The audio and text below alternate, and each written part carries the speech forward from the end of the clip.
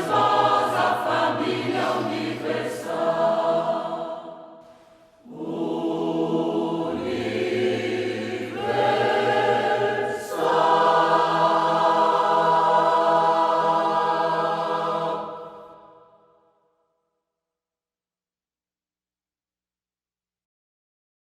Queridos amigos, né? Os nossos queridos frequentadores desse nosso modesto canal, né? Estamos aqui para mais um vídeo, né? E hoje nós vamos falar, né, sobre a questão do sobreviver, do existir, né? Do tornarmos aptos, né? Diante a vida, não é? Tornarmos aptos, tornarmos grandes, não é? Caminharmos de uma forma vitoriosa perante a vida. Então, quando nós começamos a pensar nessa questão, vamos lembrar de Herbert Spencer, um biólogo, antropólogo, né, de nacionalidade inglesa, que viveu entre 1820 e 1903. Ele foi a pessoa, não é, que cunhou a expressão sobrevivência do mais alto. Através das suas pesquisas, das suas leituras, não é?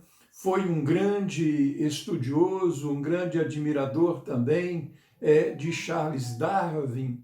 Então, tudo que ele fez, né, tudo que ele pensou, que ele raciocinou, ligado às leis da evolução, né, à evolução natural, ele pensou tudo isto também de uma forma sociológica, né? E por que não dizer de uma forma também psicológica. Quando nós falamos, não é, sobrevivência do mais apto, muitas pessoas acham que esta sobrevivência do mais apto é simplesmente matar para não morrer, né? É simplesmente o mais forte dominar o mais fraco, né? Não, na realidade o pensamento não é esse. Quando falamos da sobrevivência do mais apto, nós estamos falando desta aptidão que o ser vai construindo dentro de si mesmo, né? Buscando em si e buscando fora, não é? Recursos que lhe permita enfrentar, né? A vida, enfrentar os desafios, enfrentar, né, as propostas diárias de uma forma mais desenvolta e de uma forma mais tranquila. Então, Herbert Spencer, né, como filósofo, ele aplicou à sociologia ideias que ele buscou, né, dentro das ciências naturais. Ele defendeu, né, na sua vida, ele defendeu a importância capital, né, do indivíduo perante a sociedade, porque, na realidade, a sociedade é formada por seus indivíduos. Então, podemos raciocinar também, a sociedade será aquilo que forem os seus indivíduos, né? E ele também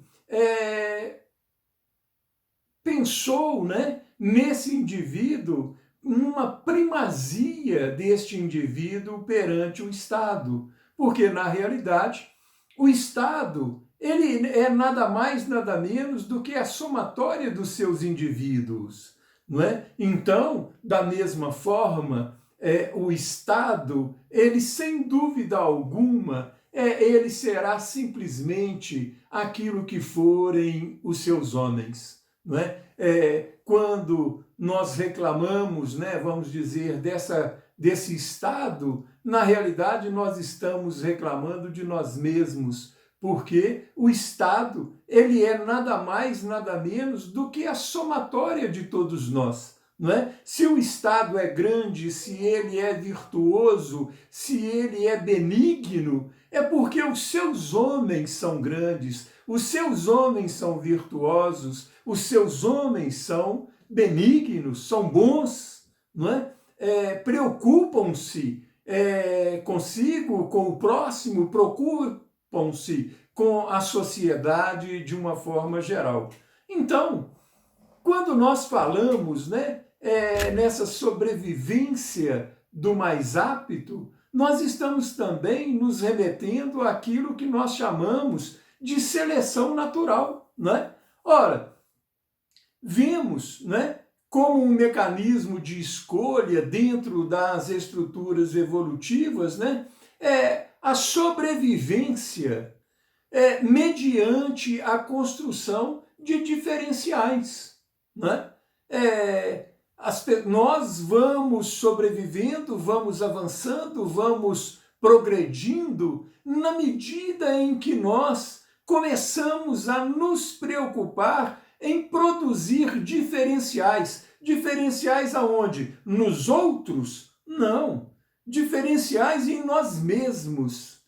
Para os outros, preocupamos-nos em exemplificar. Agora, a conquista do diferencial, dos diferenciais, essa conquista é uma conquista pessoal, Então, na realidade, cada pessoa, dentro do seu campo de atuação, dentro do seu território de atuação, preocupando-se na conquista desses diferenciais para se tornar apto dentro desta seleção natural, colocando-se apto para a própria sobrevivência.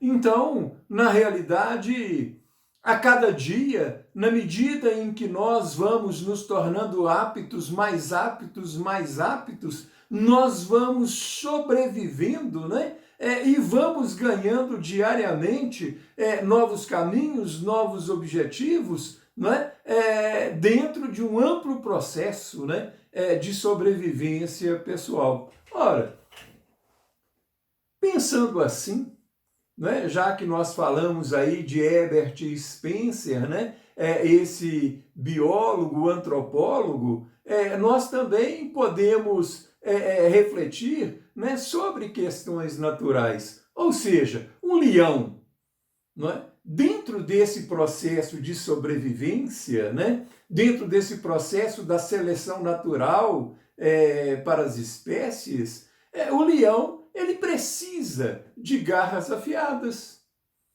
ele precisa de boas presas, bons caninos, ele precisa ser um animal corajoso, um animal corajoso para defender o seu território, para defender a sua prole, para se autodefender, E na medida em que os anos vão passando, esse leão, apesar de ser um animal, ele vai amealhando maturidade de caça, maturidade de comportamento, ele vai definindo melhor o seu território e vai também ganhando consciência de enfrentamento, o que compensa enfrentar, o que não compensa enfrentar.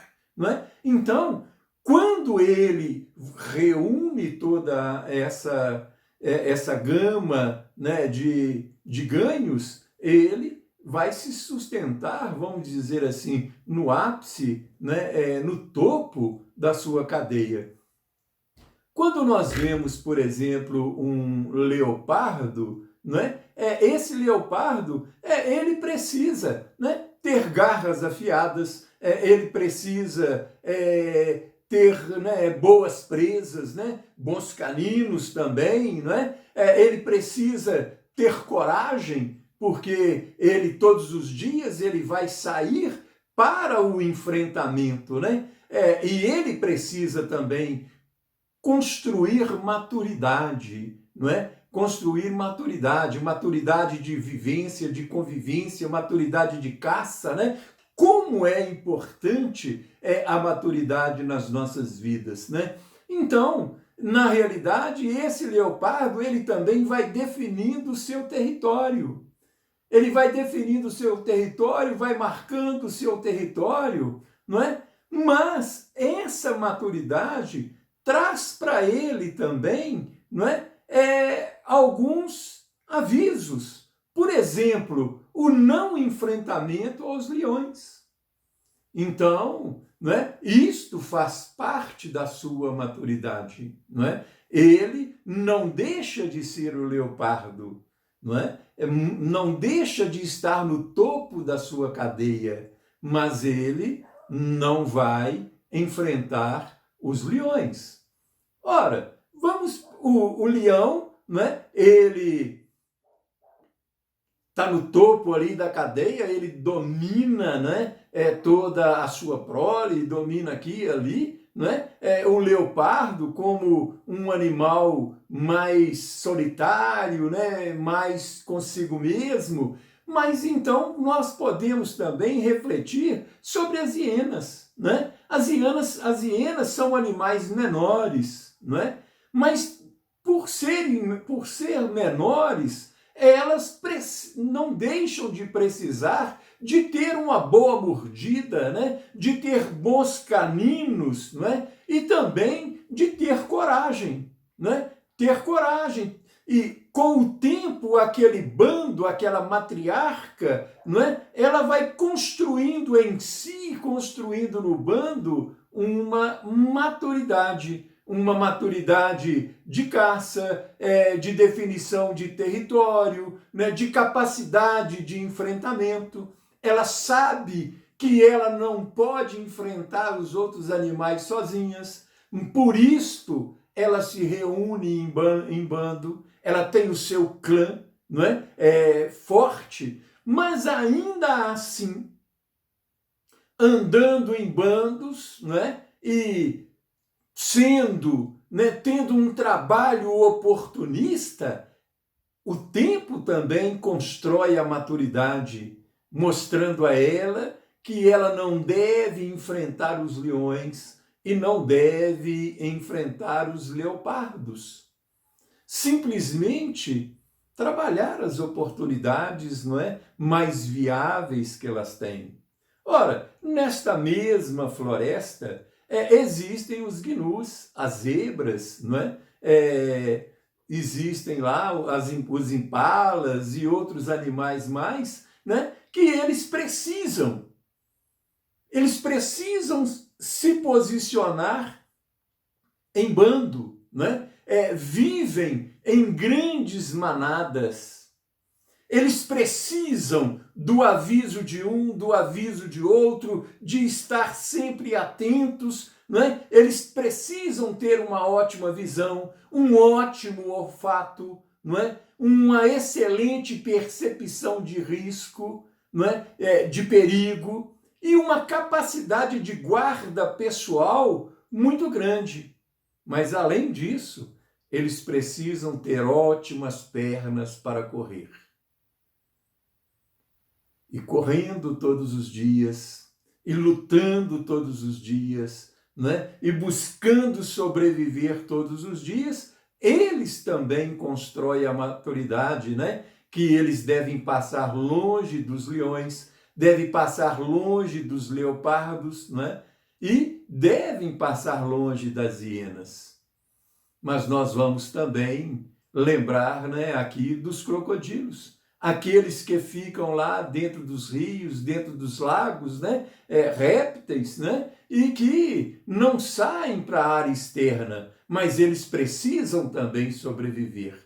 Então, eles vivem ali pacientemente, observando as oportunidades, né? Sabendo que buscar as oportunidades é uma tarefa importante, uma tarefa complicada, uma tarefa difícil, mas se eles quiserem sobreviver, eles têm que se tornar aptos no aproveitamento de todas as oportunidades.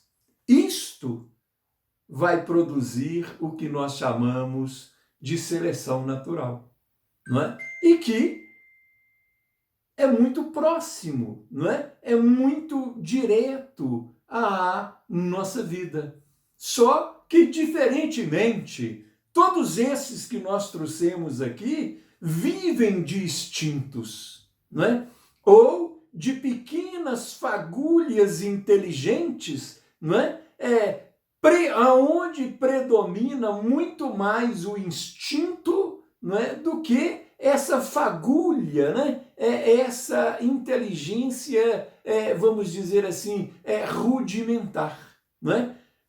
Os homens não, nós temos a nosso favor, não é? Essa possibilidade de um trabalho inteligente diante daquilo que nós chamamos de sobrevivência, de tornarmos-nos aptos, não é? E de sermos vencedores dentro deste processo de seleção natural. Quando nós paramos para nos refletir como seres humanos, não é? Nós, na realidade, não é? Temos que, inicialmente, nos conscientizar, não é? Que nós somos animais para viver em bando. Nós não somos animais para viver sozinhos, ilhados, distantes do mundo, distantes da sociedade, não é? Distantes destas companhias, não é? Então, nós podemos, né, nós podemos dizer assim, que nós, como seres humanos, não é? Nós temos que estar bem agregados a bandos, não é? O bando A, que eu considero, é a família. E o bando B, que eu considero importantíssimo nesse processo da sobrevivência, desse tornarmos-nos mais aptos diante a vida, são os amigos. Aliás, eu tenho um amigo, promotor, né, do MP de Minas Gerais, vou até citar aqui, não é, o Dr. Jairo, e às vezes paramos muitas vezes ele, o Dr. Gregório, e em amplas conversas que nós temos, eu tenho a oportunidade, né, de aprender muito com eles, né? Então, o Dr. Jairo, ele tem uma expressão que eu fiquei fã dela, né? Ele diz assim: Catitu que se afasta da manada acaba virando comida de onça.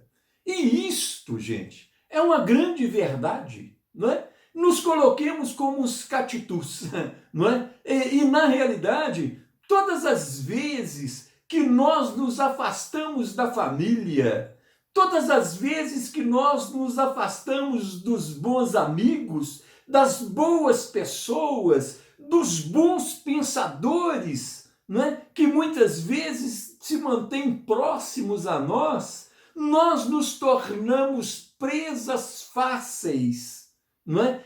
Presas fáceis de um sentido negativo, de perdas, não é? Na realidade, nós precisamos viver em bando, precisamos viver juntos, precisamos viver agregados, não é?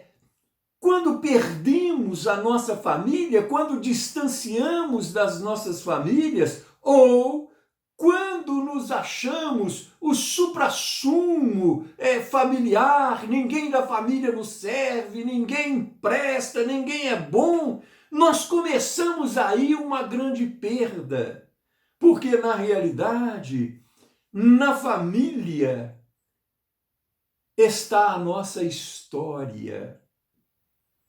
Aliás, tem um filósofo francês chamado Alain Badiou, né, que afirma com toda a veemência que nós somos a nossa história. E todas as vezes que nós nos afastamos da nossa família, nós nos afastamos também da nossa história. Agora, nós precisamos também dos amigos. Tem pessoas que dizem assim, amigos, né, você não pode contar no dedo das mãos, amigos não sei o quê. Ora, amigos, amizade é uma conquista. Amizade é um processo de entrega. Amizade é um processo de disposição em caminhar juntos. A maioria das pessoas não conseguem preencher uma mão de amigos porque eles querem que os amigos sejam como eles querem, quando na realidade cada pessoa é única. Cada pessoa tem a sua individualidade. E os nossos amigos, eles não são diferentes. Os nossos amigos, eles são individualidades que se aproximam de nós e que é necessário que nós vamos construindo a amizade aceitando o outro da maneira que ele é e não na maneira que nós gostaríamos que eles fossem. Porque, na realidade, é necessário também que eles nos aceitem como nós somos e não como nós gostaríamos, né, que eles nos aceitassem de qualquer jeito. E um dos grandes momentos do ser na tomada de consciência, não é? É justamente quando nós aprendemos, não é, a ocupar tão somente o lugar da nossa insignificância. Lembrando que o significante, ele mora na insignificância. Quanto mais o ser toma consciência da sua insignificância, mais significante em si ele vai se tornando. Olha a beleza da expressão, tudo sei que nada sei. É uma tomada de consciência desta insignificância. E quando nós tomamos consciência de que tudo o que sabemos é que nada sabemos, a partir daí, nós então começamos a crescer. Olha, a sobrevivência, quando nós falamos do leão, do tigre, da hiena, do jacaré, não é? Eles estavam, a sobrevivência estava ligada, né? Estava presa à agilidade corporal, às garras grandes e ágeis, à força de mordida, né? A capacidade de fuga, não é? A velocidade, o faro, o olfato, a visão, não é? Ora, tudo físico, recursos físicos. Ora, mas a sobrevivência, este tornar-se apto para nós, está ligada à nossa capacidade cognitiva. Aquilo que nós empreendemos no desenvolvimento daquilo que nós chamamos de educação, né? De fatores cognitivos, né? Em especial aquilo que nós denominamos de inteligência. Então, se o tigre, o leão, a onça, a hiena, o jacaré, não é? Se eles precisam de força, agilidade, disso e daquilo, nós não. Muito mais pelo contrário. Muito mais pelo contrário. Aliás, eu fico admirado, né, de uma geração que está por aí, né, que eles vivem o culto ao corpo, né, o culto à força, né, e às vezes eu penso comigo, né, quem faz força é guindaste, né? Quem faz força é guindaste. Eu preciso não ter força, eu preciso ter uma boa resistência, não é? Então, nós precisamos não de força, mas de inteligência. Quando você hoje vai arrumar um emprego, ninguém te pergunta quantos quilos você pesa. Ninguém te pergunta quantos quilos você pega, quantos quilos você aguenta.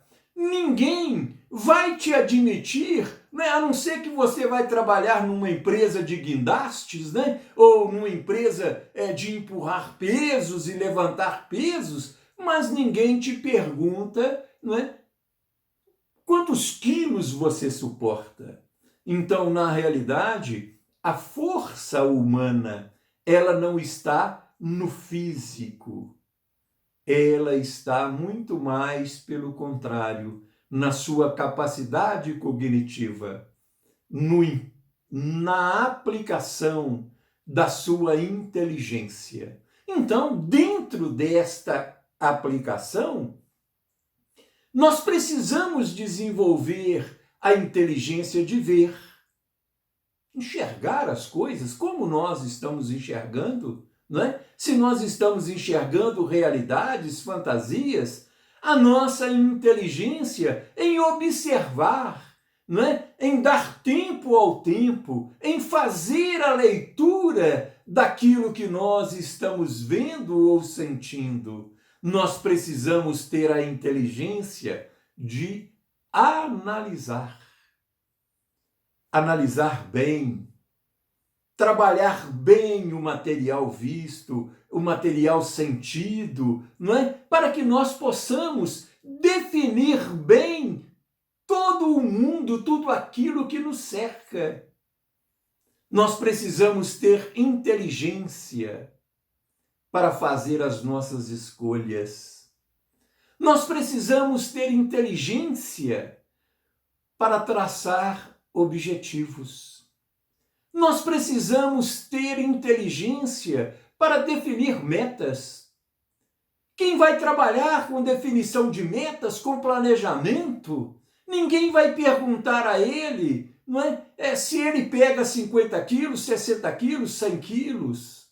Muito mais, pelo contrário, vão perguntar a ele sobre a sua capacidade, sobre a sua experiência, a sua vivência em planejamento. Nós precisamos desenvolver a inteligência de focar nos nossos objetivos, nas nossas metas, a inteligência para enfrentar obstáculos, a inteligência para nos tornarmos resilientes, ou seja, desenvolvendo em nós, não é, essa capacidade de retomada, de readaptação às mudanças e principalmente de superação dos reveses.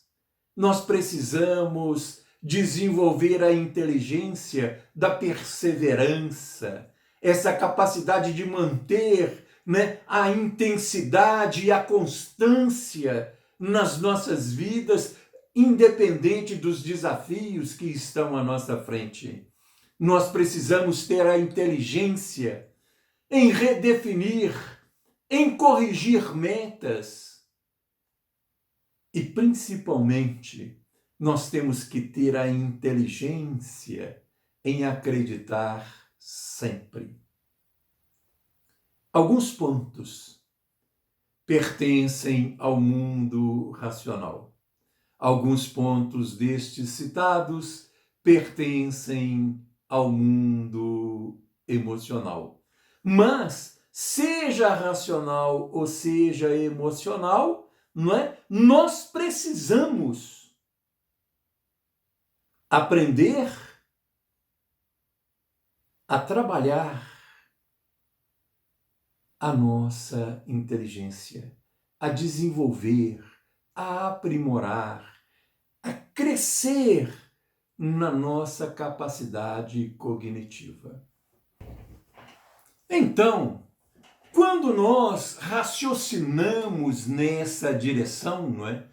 Quando nós focamos esta importância, não é? De lapidarmos, não é? Essa nossa inteligência, de desenvolver a nossa capacidade de cognição, não é? Essa nossa capacidade maravilhosa de pensar, não é? Nós temos que refletir, porque lá no início eu falei sobre a importância da família, não é? Nestes desafios de tornarmos-nos aptos, não é? De nos tornarmos aptos dentro deste processo de seleção natural. Ora, então, precisamos refletir, né, a respeito hoje dos pais. Não é? Os pais hoje estão muito preocupados com o balé, de dar aos filhos uma boa academia, não é? Propiciar a eles natação, ginástica, às vezes até mesmo lutas marciais. Preocupam-se em matricular os seus filhos no inglês, no francês. Gastam fortunas com intercâmbios, com viagens, com as horas de sono, dever de casa. Claro, tudo isso é muito importante, mas isso não representa muito quando o assunto é encaminhar os nossos filhos para torná-los mais aptos para a sobrevivência. Ora, viver em família, valorizar a família, entender as mais íntimas relações familiares, não é? É extremamente importante. Nesse caso, o casal pode ser preparado. O que não se pode é se quebrar os laços de família, distanciar, fugir, viver de agressões mútuas, principalmente diante aos filhos, ou mesmo praticar a alienação parental. Isso não pode acontecer, porque na realidade isso acaba se tornando um pesadelo para os filhos e começa a construir verdadeiros nódulos traumáticos, que os seres vão caminhar com isso para o resto da vida. Quantas vezes na minha profissão recebo pessoas, às vezes 40, 50, 60 anos, e quando vamos trabalhar, vamos fazer uma anamnese, encontramos estas pessoas totalmente destroçadas, derrotadas, e infelizmente muitos sem tempo de recuperação. E quando nós vamos fazer uma avaliação mais profunda, estes traumas, estes nódulos mortais, eles foram construídos na primeira infância, tornando estes seres inaptos para serem vencedores diante a vida. Então, os pais, é muito justo que se preocupem com o balé, com a natação, com a ginástica, com as lutas marciais, com isso e com aquilo. Mas o mais importante são os pais preocuparem-se com a história, construindo histórias bonitas, histórias belas, histórias engrandecedoras, exemplificando para os seus filhos, dando exemplo para os seus filhos. Jean-Jacques Rousseau vai dizer assim: a primeira educação é a que mais importa, e essa pertence indubitavelmente aos pais. Não transfira a educação dos seus filhos para os outros, para a serviçal da sua casa, para a vovó, para vovô. Eles já estão cansados. Não transfira a educação dos seus filhos para terceiros, porque na realidade eles precisarão da sua história. Eles precisarão dos seus exemplos. Eles precisarão da sua participação. Não interessa se você é casado ou se você, por um motivo qualquer, é separado. Mas importante é que, mesmo sendo separado, você e a sua ex, ou você e o seu ex, convivam bem. Tenham um comportamento ético entre vocês e coloquem em primeiro lugar a construção psicológica dos seus filhos, principalmente de 0 a 12 anos de idade. Não interessa se você é casado ou separado. O importante é a sua proximidade com a sua prole. E o importante é aquilo que você transmite a ela de experiência. Porque, na realidade, isto é o que vai ter representatividade, é o que vai ter peso mais à frente. Então, pensamos também na construção das amizades. Amizades representativas, não é? Amizades sadias. Ensinar estes filhos o valor das amizades, mas ensinar a eles a selecionar, a buscarem amizades representativas, amizades que vão somar na sua experiência. Amizades, não é? Que na realidade, não é? Vão englobar ganhos dentro da vivência, dentro da experiência. Ensinar os seus filhos a construir pontes dentro destas amizades, destas relações interpessoais, construir pontes incessantemente, porque a todo momento da vida nós estamos efetuando travessias. Entender, ensinar estes filhos, não é, a entender o papel dos verdadeiros amigos, entender que os verdadeiros amigos são aqueles que somam dentro das nossas vidas. Ora, quando pensamos assim, nós temos que pensar em levar os nossos filhos a serem proativos. O que é ser proativo? Proatividade é a característica daqueles que pensam e agem antecipadamente, não é? Pensam e agem antecipadamente, não é? Aqueles proativos são aqueles que têm iniciativa própria.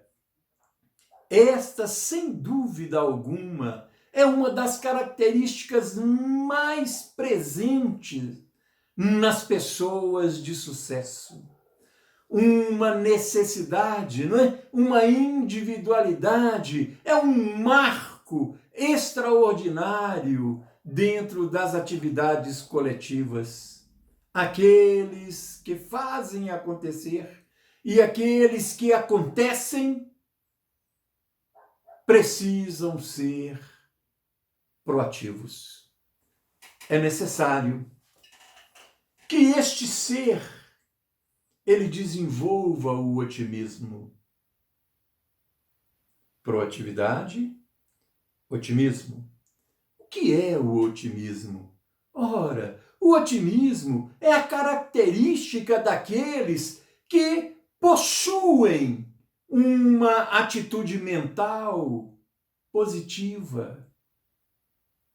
Se você chega em casa todo dia queixando, todo dia reclamando, todo dia abatido, contrariado, qual a mensagem você está passando para os seus filhos? Qual a mensagem de formação que você estará passando aos seus filhos? Ora, levar a estes filhos a mensagem do acreditar nas possibilidades, mostrar a eles que eles não são seres dos limites, mas tudo na vida é a abertura de grandes possibilidades, trabalhando exaustivamente a busca do melhor resultado possível. Proatividade, otimismo. Um outro fator importantíssimo a ser desenvolvido é a resiliência. A resiliência o que é? É a capacidade de adaptação às adversidades, né? Às diversas situações, sem que nós percamos, né, a nossa forma natural de agir, de pensar, né, de nos comportar, mantendo-nos em equilíbrio, sem, né? Eu acho que a melhor definição, resiliência, é a capacidade de autogestão, não é? É quando você, tomando consciência de si, consegue, então, ser um gestor equilibrado de si mesmo. O quarto ponto é a decisão. Capacidade de decisão. O que é a capacidade de decisão? A capacidade né, o ganho de alguns seres, não é? Através de um processo cognitivo, né, de formulação de escolhas que os levem a decidir sem medo, a ter determinação diante as suas decisões. Aquele que fundamenta bem as suas escolhas, produz análise, transforma estas análises em juízo e, construindo o juízo, eles não têm medo de dar a sentença diante a qualquer situação. Então, quando pensamos quando pensamos em proatividade, não é? Quando pensamos nestes valores que viemos falando aqui, não é? Nós, na realidade, estamos falando das necessidades do ser do futuro. Isto é a grande verdade. Então, associando, né, aquela nossa fala lá de trás, né, sobre o leão, o tigre, as hienas, né, os impalas, as zebras, os gnus, o jacaré, não é? Quando falávamos, né, destes recursos, nós então vamos associar da seguinte forma: o ser proativo, o ser otimista, ele se torna o grande caçador da floresta. O ser otimista e o ser resiliente são as garras do ser, aonde ele coloca as suas mãos, aonde ele coloca as suas garras, ele mantém o otimismo, ele é resiliente e, na realidade, ele não solta, ele avança. Mas o ser resiliente e o ser da decisão, ele tem força, ele segura, ele aguenta, ele confia. E o ser da decisão proativo é o ser da explosão. É aquele ser que faz acontecer. Então, se o tigre, o leão, os outros animais, se eles são caçadores, têm garras, têm força, têm explosão, nós precisamos ser proativos, ser otimistas, ser resilientes, ter decisão. Porque, na realidade, é isto que nos fará excelentes caçadores. Então, quando falamos de seleção natural, quando falamos de sobrevivência, nós não podemos esquecer que nós estamos num período de grandes transições, um período de profundas mudanças. Vou dizer sem medo de errar. Quando chegarmos ao ano de 2050 e olharmos para trás, olharmos para o ano 2000, nós nos veremos quase que na idade das cavernas. O mundo evolui, avança numa velocidade impressionante, com mudanças profundas que os seres que não tiverem capacidade de adaptação, não tiverem capacidade de autoadministração, não vão sobreviver. Não vão sobreviver. Vamos refletir. Para o futuro, haverá sim muito trabalho, mas haverá cada vez menos subempregos. Tudo que for atividade repetitiva acabará. A tecnologia englobará toda e qualquer atividade repetitiva. Segundo ponto, haverá cada vez menos, veja bem, anotem aí, haverá cada vez menos espaços para os coadjuvantes da vida, para os figurantes da vida. Somente, anotem aí, por favor, sobreviverão as pessoas que se tornarem protagonistas. Aqueles que trouxerem para si, com capacidade, os papéis principais.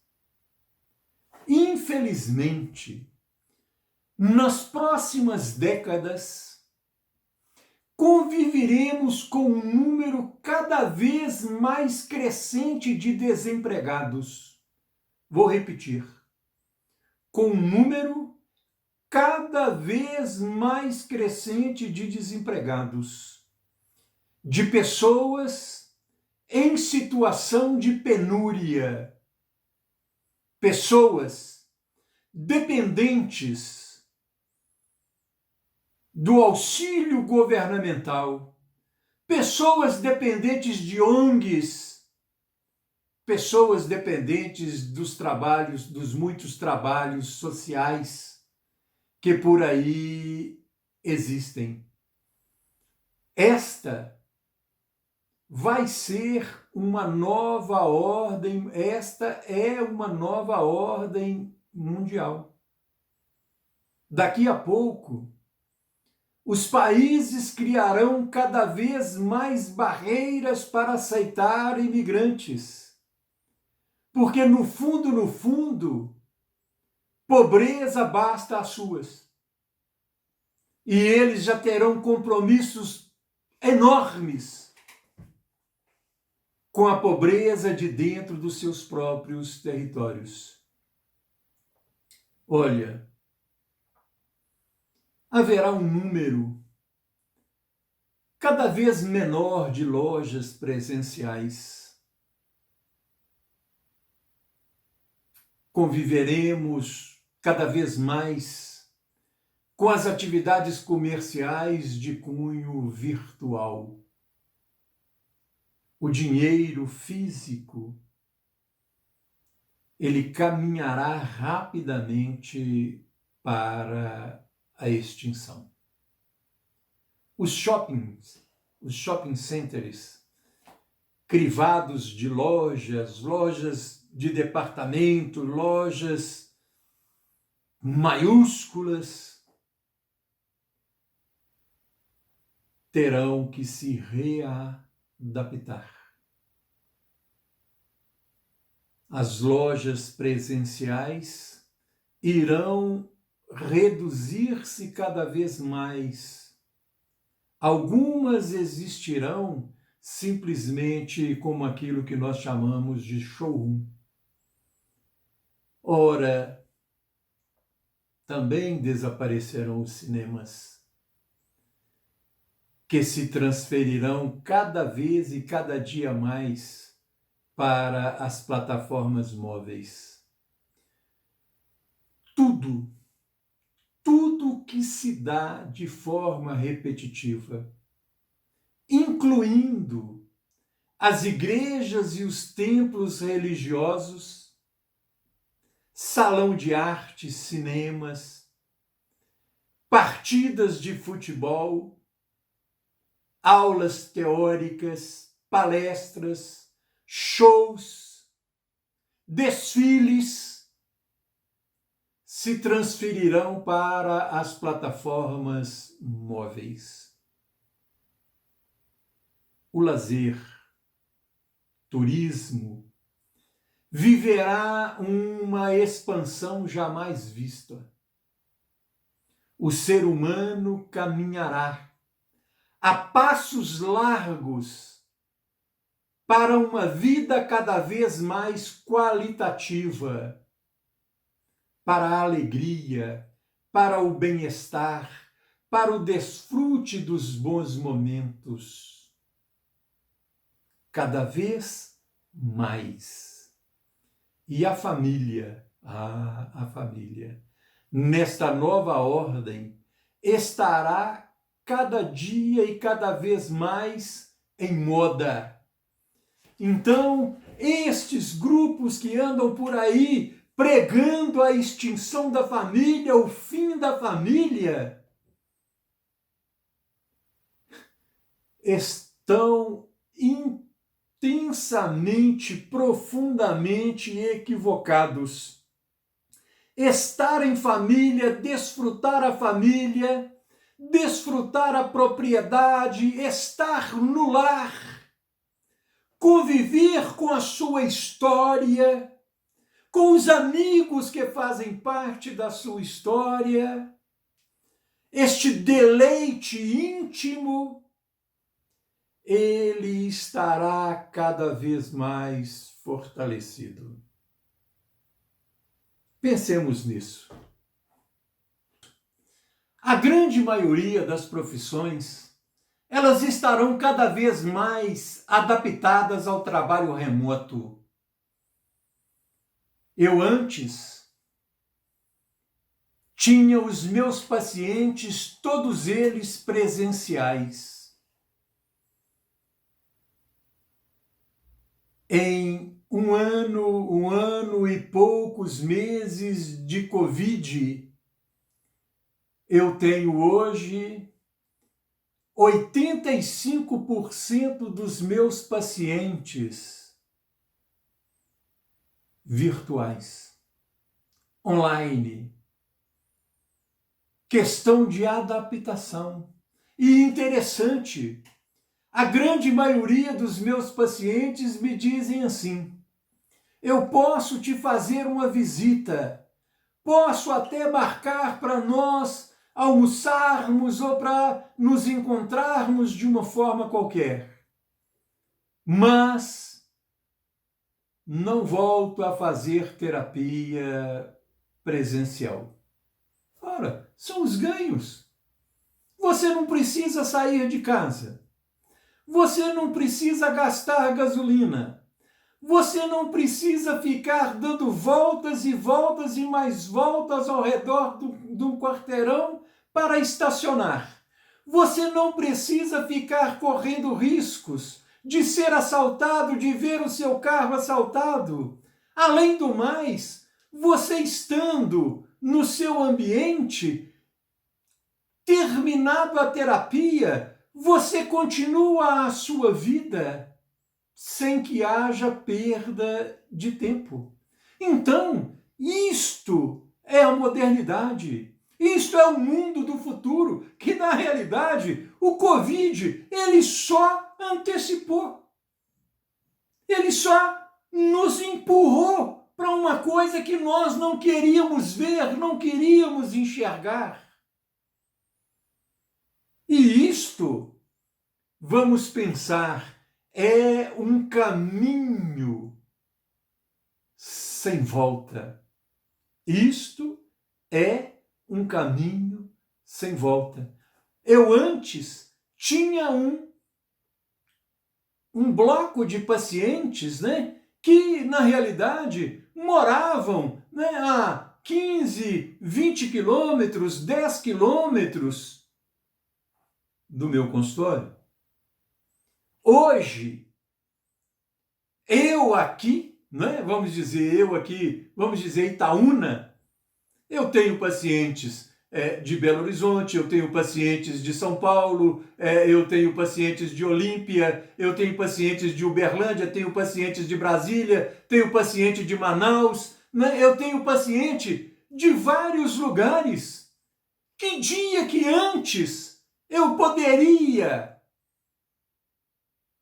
pensar, não é, dentro desse viés, não é, desta abertura que me foi trazido? Porque, na realidade, as crises que vivemos, por exemplo, esta pandemia, não é, temos as mortes, né, os desencarnes, temos os momentos tristes, os momentos complicados, mas nós temos que pensar o seguinte: até aqui, o mundo cresceu e evoluiu através das guerras. Quando nós vamos ver os progressos ocorridos, os progressos médicos, cirúrgicos, tecnológicos, a engenharia, isso e aquilo, submarinos, reatores atômicos, tudo isto veio na barca das guerras, da Segunda Guerra Mundial. Então nós evoluímos matando, guerreando contra o nosso próximo, contra A e contra B. Haja vista o Holocausto, a grande morte de jovens, que foi a Segunda Guerra Mundial. Hoje não. Nós estamos evoluindo por causa de uma doença. Nós não estamos evoluindo porque estamos buscando matar, mas nós estamos evoluindo porque hoje há uma corrida muito grande para salvar. Então os laboratórios estão aí correndo com as vacinas, os tecnólogos correndo com os recursos, o professor aqui, a professora lá, o psicólogo aqui, o sociólogo lá, todos nós num bloco, trabalhando para que vidas possam ser salvas. Gente, isto para mim é a maior das mudanças. Saímos de um mundo que evoluímos através da matança,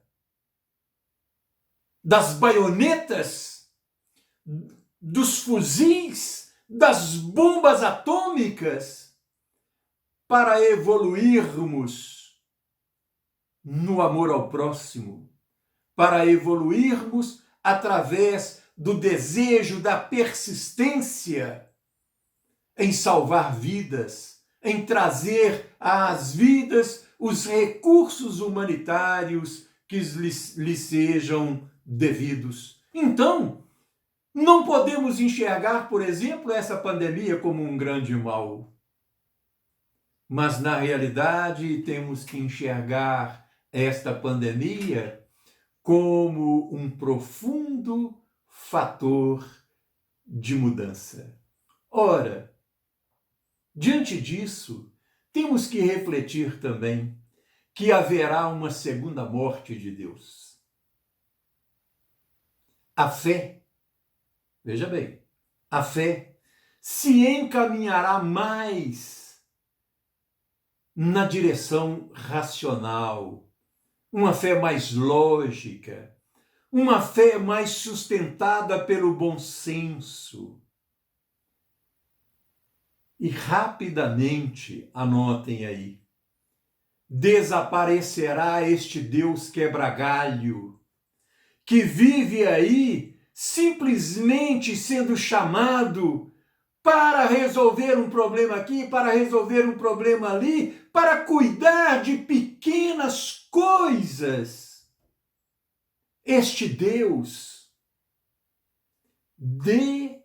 anotem aí, desaparecerá, não é? Surgirá um outro Deus.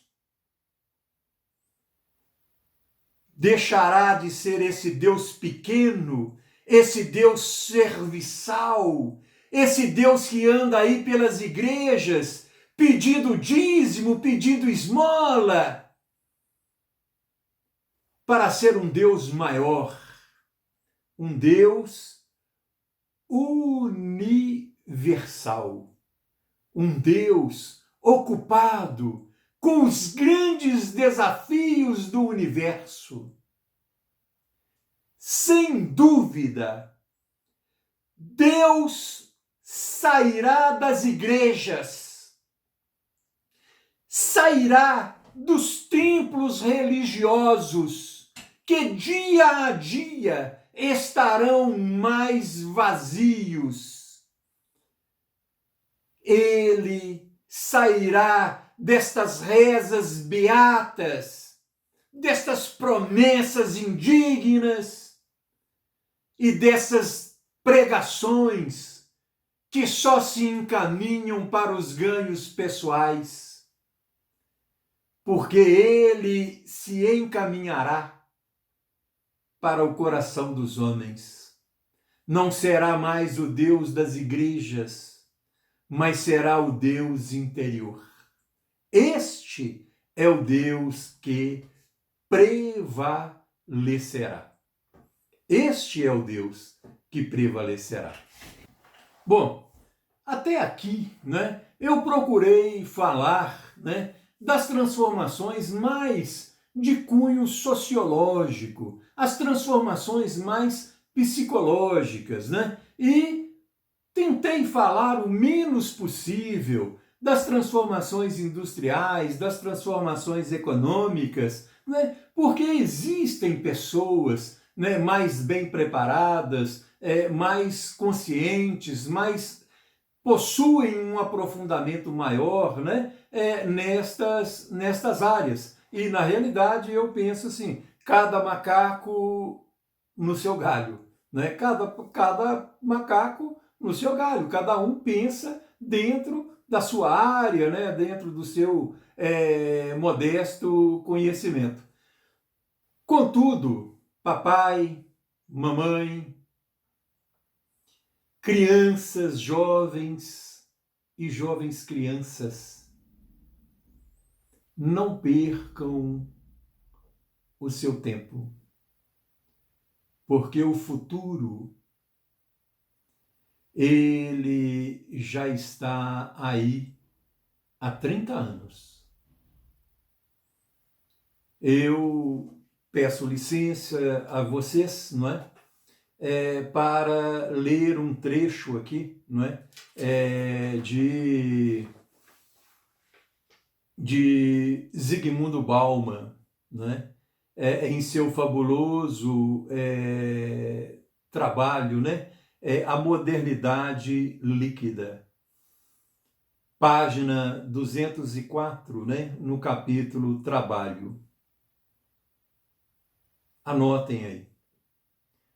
Qualquer oportunidade que não for aproveitada aqui e agora é uma oportunidade perdida. Não a aproveitar é assim imperdoável e não há desculpa fácil para isto e nem justificativa. Não há desculpa fácil para isso e nem justificativa. Vou repetir, me permitam. Qualquer oportunidade que não for aproveitada aqui e agora é uma oportunidade perdida. Não a aproveitar as oportunidades é assim imperdoável e não há desculpa fácil para isso. E não há uma desculpa fácil para isso e nem justificativa. Isto é uma frase, né? É um pensamento para se guardar conosco. O aproveitamento das oportunidades. Porque, na realidade, não é? As oportunidades, elas vão retornar no tempo, elas vão se apresentar em outro tempo, mas temos que entender que o tempo jamais. Né? O tempo será outro. Ninguém se banha nas mesmas águas de um mesmo rio por 2 vezes. Ninguém se banha 2 vezes nas mesmas águas de um mesmo rio. Podemos nos banhar quantas vezes quisermos, mas tenhamos que ter certeza que as águas serão outras, não é?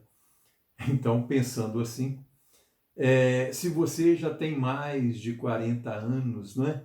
Se você já tem mais de 40 anos, olha, me desculpe a colocação aqui. Você, como eu, né, já somos um dinossauro, não é? E o seu modelo, né, o nosso modelo, ele já está prestes a desaparecer, né? Mas, né, vamos pensar assim, não se abata por isso.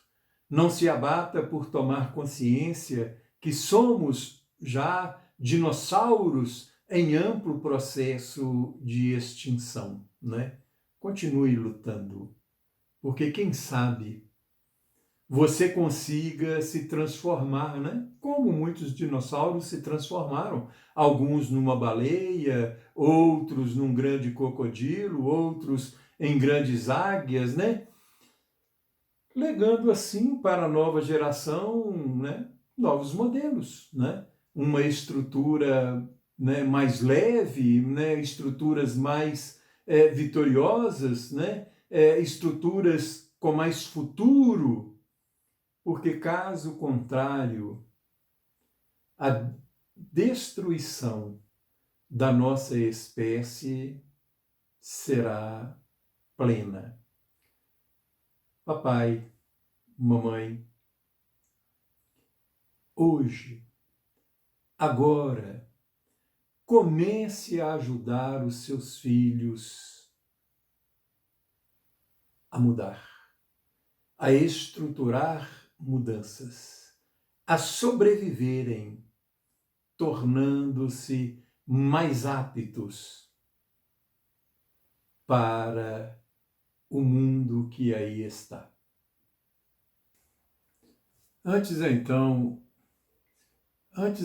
de prosseguirmos nessa fala direta aos pais, eu vou pedir licença a vocês para ler um trecho, né, uma página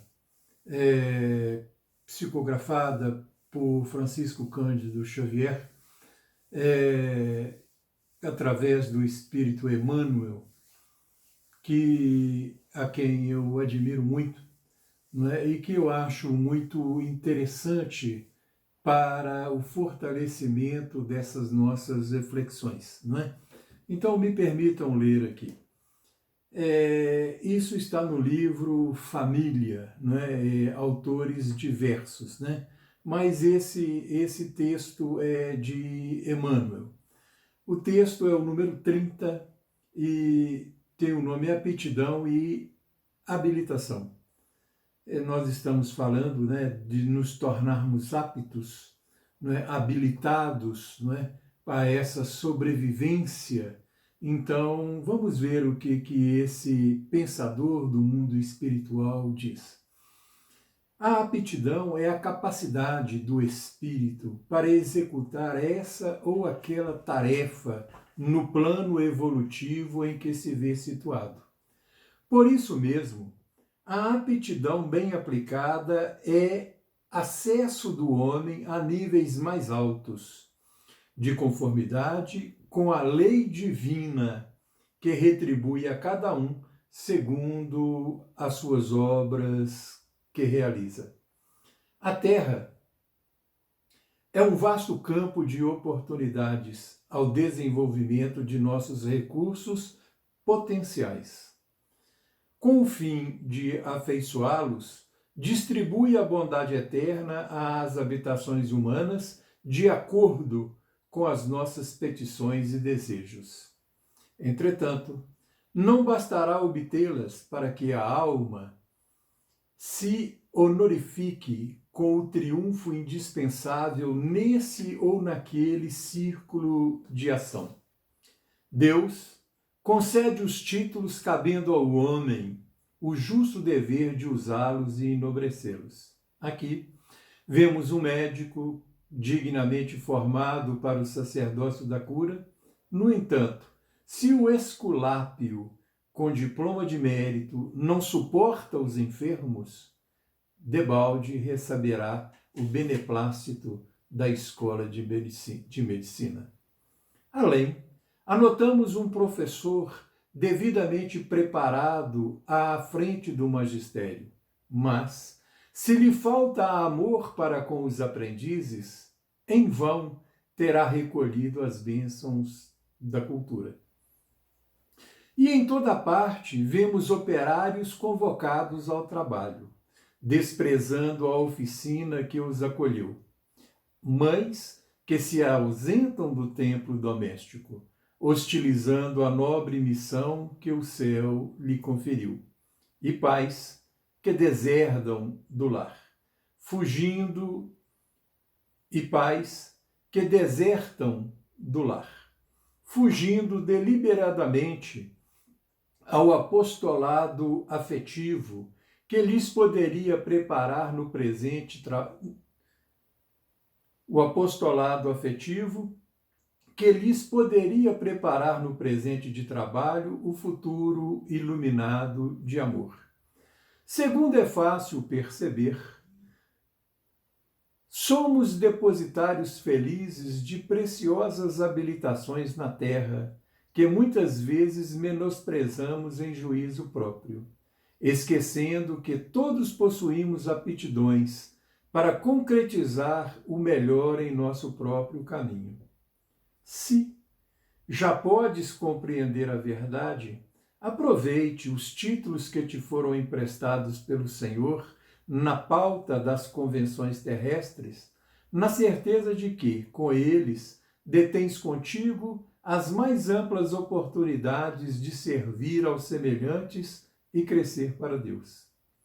Recorda que a enxada mais rica é simples candidata à ferrugem, quando não atende à habilitação a que se destina e, fazendo da própria vida o teu instrumento de trabalho e de estudo, sem que percebas, o mundo conferir-te-á outros talentos e outros valores, armando-te de novos recursos para a conquista de novas e mais belas experiências. Emmanuel.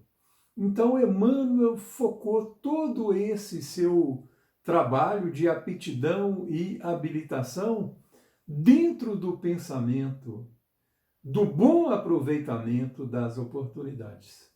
Não é?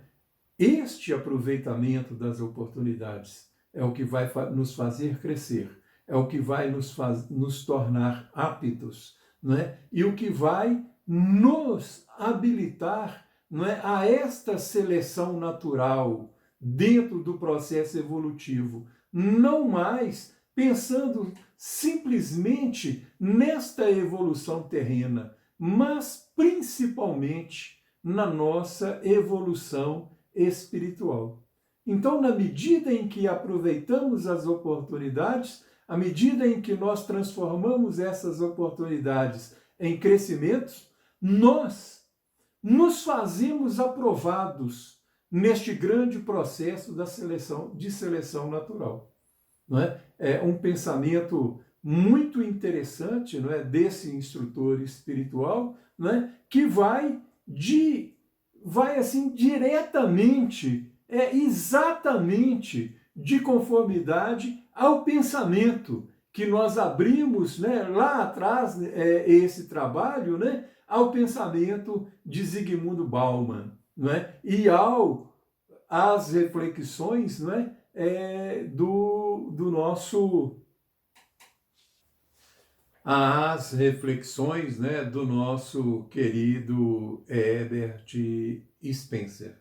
Não é? Emmanuel, ele, na realidade, ele justifica aqui, não é? Ele clareia aqui a colocação, não é, de Zygmunt Bauman, quando ele diz que não existe desculpas para o desperdício das oportunidades. Então, nós falamos aqui, lá atrás, né, de uma colocação de Jean-Jacques Rousseau, quando ele diz, né, que a primeira educação é a que mais importa e ela pertence indubitavelmente aos pais. E essa primeira educação ela é importante na medida em que os pais ensinam os seus filhos, transmitem os seus filhos experiência, né? Fazendo com que eles se tornem pessoas mais independentes, né? Pessoas que fazem as próprias escolhas, pessoas proativas, seres otimistas, né? Seres resilientes e homens realmente capazes de tomar as suas decisões. Neste momento, quando nós galgamos já avançados degraus, não é?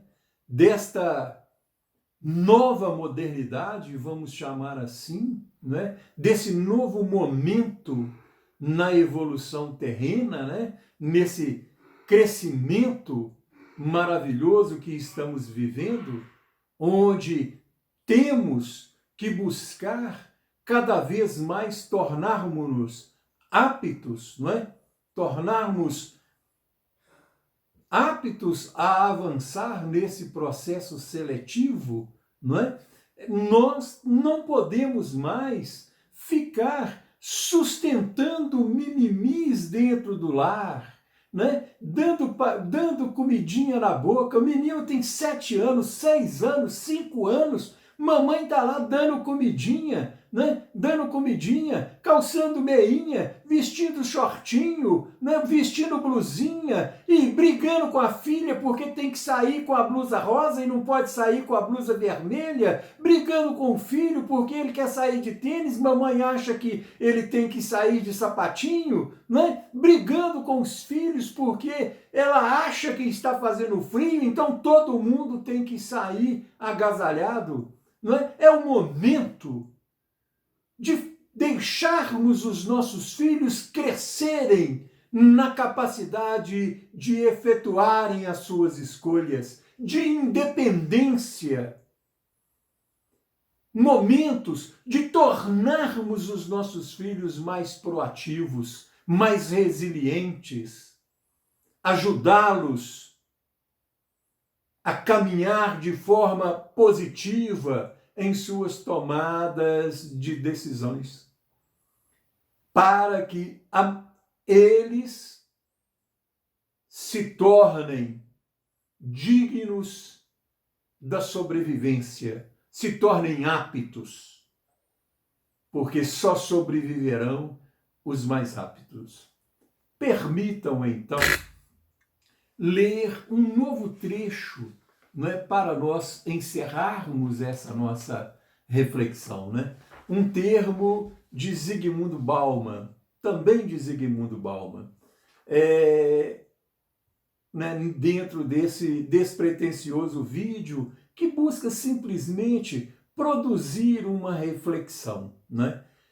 Zygmunt Bauman diz assim: se a sociologia ortodoxa, nascida e desenvolvida sobre a égide da modernidade sólida, se preocupava com as condições da obediência e da conformidade humana, a primeira ocupação da sociologia, feita sob a medida para a modernidade líquida, é de ser a promoção da autonomia, da liberdade.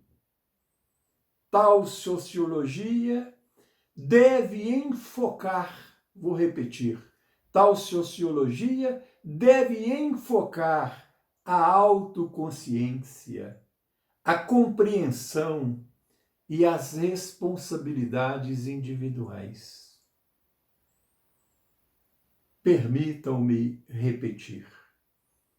Diz Zygmunt Bauman: se a sociologia ortodoxa, nascida e desenvolvida sobre a égide da modernidade sólida, se preocupava com as condições da obediência da conformidade humana, obedecer tudo, se conformar com tudo, a primeira ocupação da sociologia, feita sobre a medida para a modernidade líquida, deve ser a promoção da autonomia, da liberdade.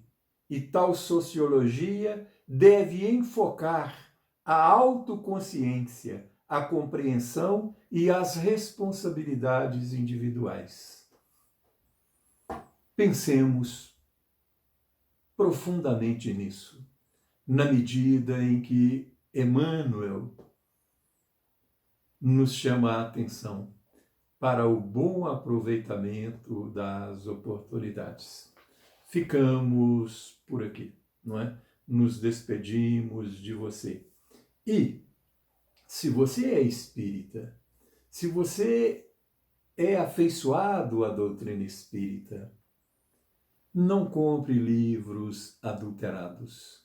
Não compre livros de Francisco Cândido Xavier eivados de adulterações.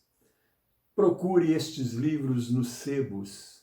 Procure esses livros já mais velhos, porque estes são os livros confiáveis, não é? E se não encontrarem ou se necessitarem de qualquer busca, de qualquer leitura, não fique aí doidos, atarentados atrás de livros. Procure o site bibliadocaminho.com.br. Lá vocês encontrarão tudo aquilo que precisarem para uma pesquisa doutrinária, tudo aquilo que precisarem em termos das obras psicografadas por Francisco Cândido Xavier, através dos mais diversos espíritos. Lá, www.bibliadocaminho.com.br. Vocês encontrarão uma biblioteca à disposição de vocês. Jesus sempre conosco. Até uma próxima. Vamos unidos a chegar numa alegria sem fim, cantar como os passarinhos